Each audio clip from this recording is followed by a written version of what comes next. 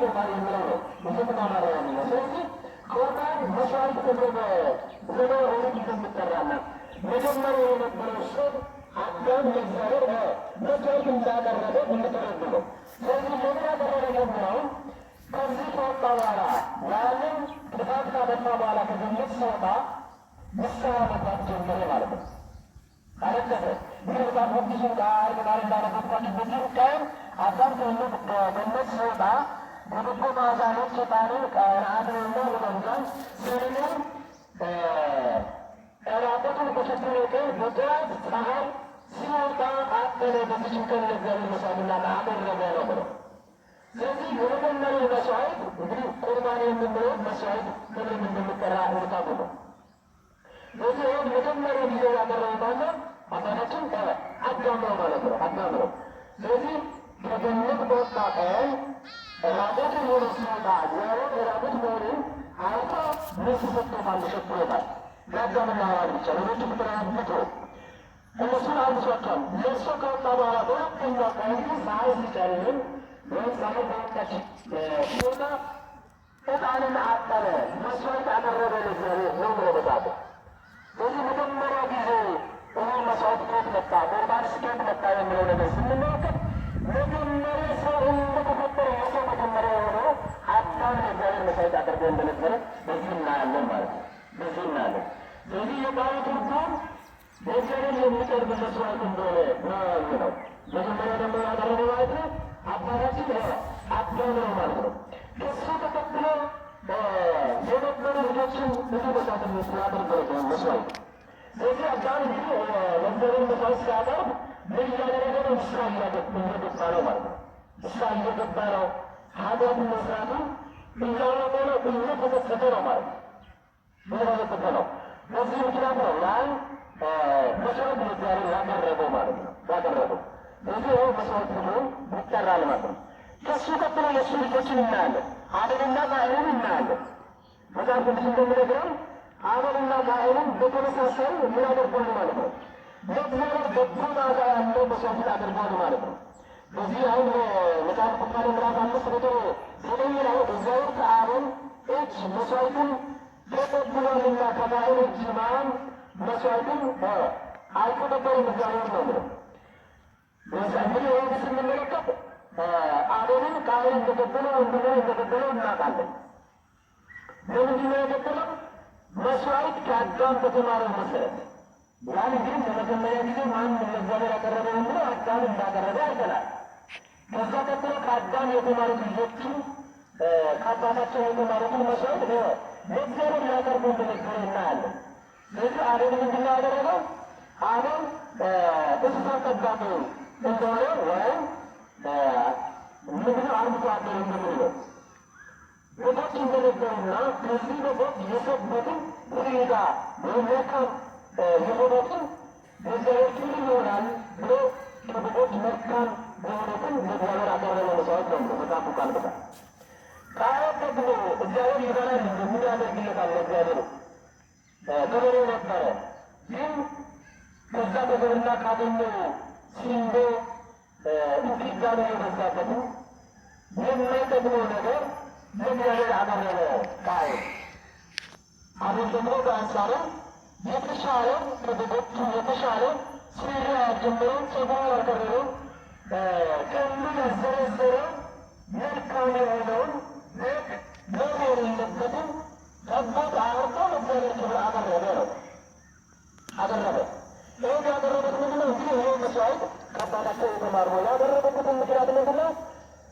ሚስት ለማግባት አባታቸው ለማገት ባሰቡ ጊዜ እንግዲህ በሁለታቸው ሁለት ልጆች ነው መንታ ነው የምትወልደው ሔዋን ከአቤል ጋር አንድ ሴት ከቃየን ጋር አንድ ሴት ነው የወለደችው። ስለዚህ እነዚህ ስሞቻቸው ወደኋላ አካባቢ አለ። እነዚህ ልጆች ሰው ይግዛ ይባዛ ተብሎ በእግዚአብሔር መልካም በሆነ ሕግ ተቀምጦ ይሆናል። የበረከት ሕግ ተብሎ ይጠራል። ስለዚህ በዚህ ምክንያት ሰው መባዛት አለበት፣ መጋባት አለበት። አሁን በአዲስ ኪዳን ሰው በስቶ በስስት ተዳቅነት ድረስ ክርስትና አይጋባም። ስለዚህ ነው ስለዚህ የመጀመሪያ በነበረ ግን ሰው ስላልነበረ የአዲስ ኪዳን ማሳያ ቢሆን ማርያም ስላለበት አቤል ጋር የተወለደችውን ሚካኤል፣ ቃል ጋር የተወለደችውን ዛዶግ እንዲሆን ተደርጓል ማለት ነው። ይህን ሲያደርግ ግን ከእናንተ መካከል መስዋዕት ሁለታችሁ አደርጉ። እግዚአብሔር የተቀበለው ሰው ከአቤልና ከቃየል ከእናንተ መካከል አንዷ የተሻለች ወይም እንዳላት ነው፣ አንደኛ ደግሞ እስከ ስም እንደሆነች ነው። ይህም እንደ መልካም ብሎ መጽሐፍ ቅዱስ ይናገራል። እና እንደ ትምህርታችን ቤተክርስቲያን አስተምሮ ሰው በእግዚአብሔር ሀሳብ የተፈጠረ ሰው ስለሆነ ሁሉም ሰው ውብ ነው ማለት ነው። ሁሉም ሰው በርተበታለ፣ ሁሉም ሰው ውብ ነው። ለምን? በእግዚአብሔር ሀሳብ የተፈጠረ ስለሆነ። ሌላሱ ደግሞ የደምልቀት ነው፣ የቤተሰብ በጣም ውብ ነው። ስለዚህ ሰው ሁሉም ሰው በርተበታ የሚባል ነገር የለም። ነገር ግን እንደ መጽሐፍ ቅዱስ አስተምሮ የሆነ ለየት የምንመጣ ነው የተጻፈው። በዚህ ምክንያት ከቃየል ጋር የተወለደችው መልካም ናት ይላል። ከአቤል ጋር የተወለደችው ደግሞ ብዙም አይደለችም ነው። እነዚህ አባቶቻቸውን ለማጋባት ከእናንተ መካከል እናንተ መስዋዕት አድርጉ ለእግዚአብሔር አድርጉና መስዋዕቱ የተመለሰው እቺ መልካሟን ያግባ። ደግሞ ሌላኛው እነሰው ነው ያለው። በዚህ ምክንያት አቤልም ቅድም እንዳልኳችሁ የበግ ጠባቂ ነበረና በጎች ብዙ ነበሩትና ከነዛ በጎች መልካም የሆነውን ነውር የሌለበትን ስራ ያጀመረው ጸጉር ያልቀረውን ቀንዱ ያዘረዘረውን የተሻለውን አርዶ እንደ ስራቱ መሰረት መስዋዕት አቀረበ ማለት ነው። ቃየልም እንደዚህ አገር ተባለ። ሲያደርግ እግዚአብሔር ይደላል እንደምን ያደርግለታል በማለት አራሽ ገበሬ ነበረ። መልካም ፍሬ ነበረው። ይህም እንደ አላስደሰሱ በእግዚአብሔር ክብር የማይመስለው ዝም ብሎ ከዛ ጋር ሰብስበው አቀረበ ማለት ነው። በብሉይ ኪዳን ስርዓት መስዋዕት ሲቀርብ ምን ያደርጋል? ወዲያው ነው እግዚአብሔር ምልክት የሚያሳየው። ከሰማይ እሳት ይወርድና ያ መስዋዕትን ያቃጥላል፣ ጭሱ ይወጣል ማለት ነው። ስለዚህ እግዚአብሔር መቀበሉ ማያወጣቸው ነው። በዚህ ምክንያት ይገለጥላቸው። ስለዚህ ልክ እነሱ መስዋዕት እንዳቀረቡት የአሮንን መስዋዕት እግዚአብሔር ከሰማይ እሳት እንዲወርድ ያደረገው የአሮንን መስዋዕት እግዚአብሔር ተቀበሉ ማለት ነው። ስለዚህ ቀጥና ጭሱ ወደ ላይ ይወጣል። እግዚአብሔር ያ መልካም የሆነ መዓዛ ሽታ ያፈጣል ይቀበላል ማለት ነው። ስለዚህ የቃየልን እግዚአብሔር አልተቀበለም ይላል መጽሐፍ ቃል በቃል የምናነበት በተጨማሪ የዘንዩ በመጀመሪያው ቃየል አቤልን ቀጥሎ አሁን እንግዲህ ቀጥሎ የምንመለከተው እሱ ሁለቱም አደረጉት። ቅድም አባታቸው እንዳሉት ብዛል የእግዚአብሔር መስዋዕት አደረጉ።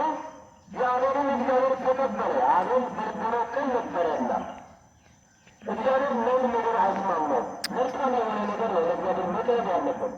ጥሩ ያልሆነ ነገር መሆን የለበትም። ለምን? እግዚአብሔር ቅዱስ ነው። እግዚአብሔር በባህሪው ቅዱስ ነው፣ ንጹሕ ባህሪ ነው። ስለዚህ ንጹሕ የሆነ ነገር ነው መቅረብ ያለበት። የተቀደሰ ነገር ነው መሆን ያለበት ከምን ነው? በቅንነት ልቦና ግን ልቅ ልቦና የሚያስረሱ ይጀምራል ማለት ነው። በልቦና በተጻፈው ሰሌዳ ነው እንግዲህ በልቡ የተጻፈው ልቦና ሰሌዳ የሚባል አለ። እግዚአብሔር የሚሰጠው እውቀት ልባችን ባይዟችን የሚጻፍ ሰሌዳ ማለት ነው። እሱ ነው ልቦና የሚባለው። በዛ ልብ ያውቀው ነው። መጽሐፉ አልተጻፈም፣ ሕግ አልተነበረም፣ መምህር አልነበረው፣ አልተማረም። ግን በልቦና በተፈጥሮ እግዚአብሔር በሚሰጠው ልክ መሰረት አምኖ በእግዚአብሔር ክብር አይለቅትንም በሚል መልካም የሆነውን በእግዚአብሔር አቀረበ ነው። የልቦና ደህንነትን እግዚአብሔር ተመልክቶ መስዋዕትን ተቀበለ። አሮን ደግሞ እንዲህ በማለቱ ማለቃየን ሰው ይበላል ምን ያደርግለታል በማለት ለእግዚአብሔር ክብር የማይሆነውን አፈስገሰት ያወጣ ቃል እግዚአብሔር አልተቀበለ። በዚህ ምክንያት ያቸው መልካም የነበረችውን የአቤል ተደረገ ማለት ነው። በዚህ ምክንያት ቅናት አደረበት። ቃየል ቅናት አደረገ። እንዴት ከጋር የተወለደችው ለአቤል ትባላለች? እግዚአብሔር ስለምንድን ነው መስዋዕትን ያልቀረበው ያልተቀበለው የሚል ቅናት አደረበት። እየጠና እያበረበረና ሲሶዛ ሰይጣን በጥራ መልክ ሳብረ ተቀምጦ በሱ ይታያል። ገሜል አድሯል። ምንድን ነው የምትበሳጨው? እንዲህ እንደሚያደረገን ሰው በሰለ መጀመሪያ ሰው በሰረት አየው። ለምንድን ነው ቃየል እንደዚህ ነው እንደዚህ ምንድነው እንደዚህ ያደርገ ጉዳይ አባተ እንደዚህ ያደርገ ነበር ይላል። በጥራት ታዳ ከሚያቀርበው እነ ከደግግ ነው እንደዛ ያደርገ አየሱ ከዛ ነገር ያላታወቀ ከዛ ነገር አላስተማረ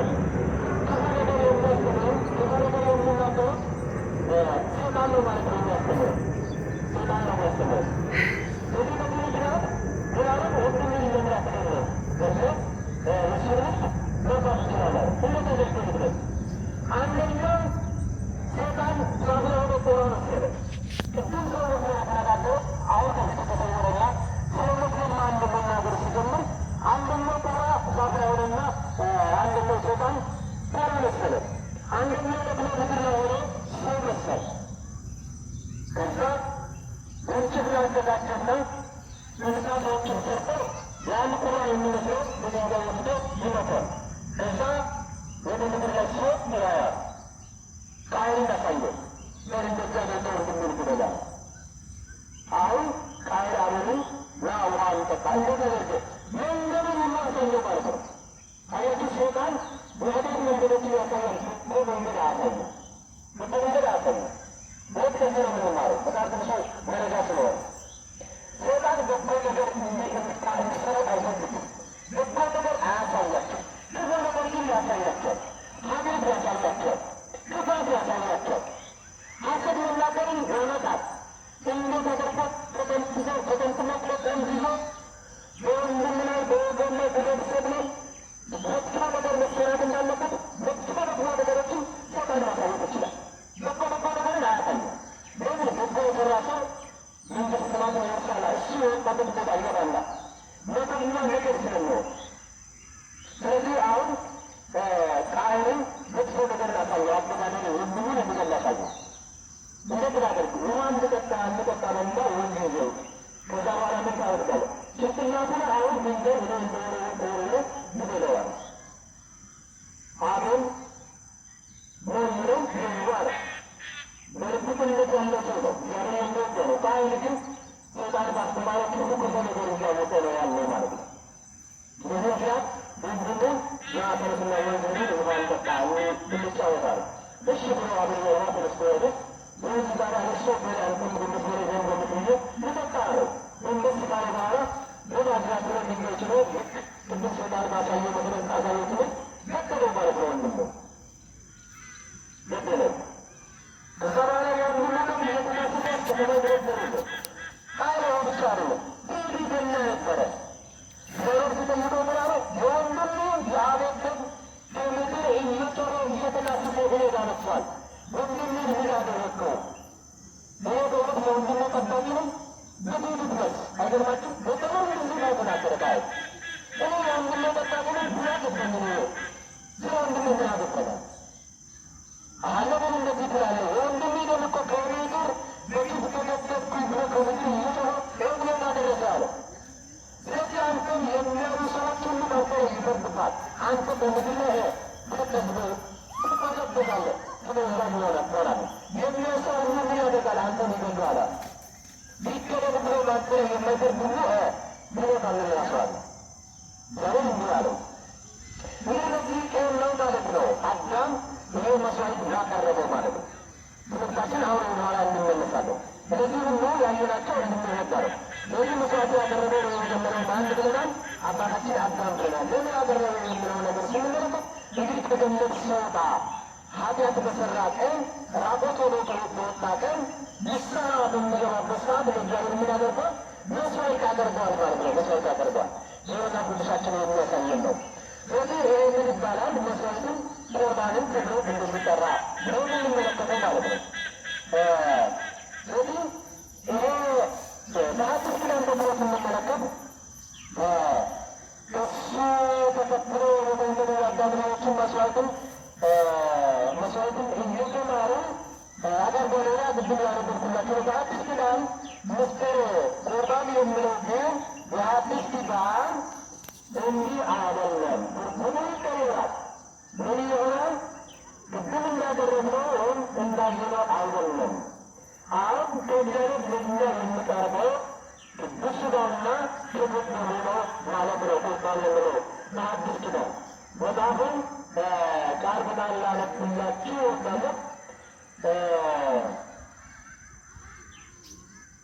ምስጢረ ቁርባን የምንለው ደግሞ በአዲስ ኪዳን ያለው ካህን በቅዳሴ ጸሎት ጊዜ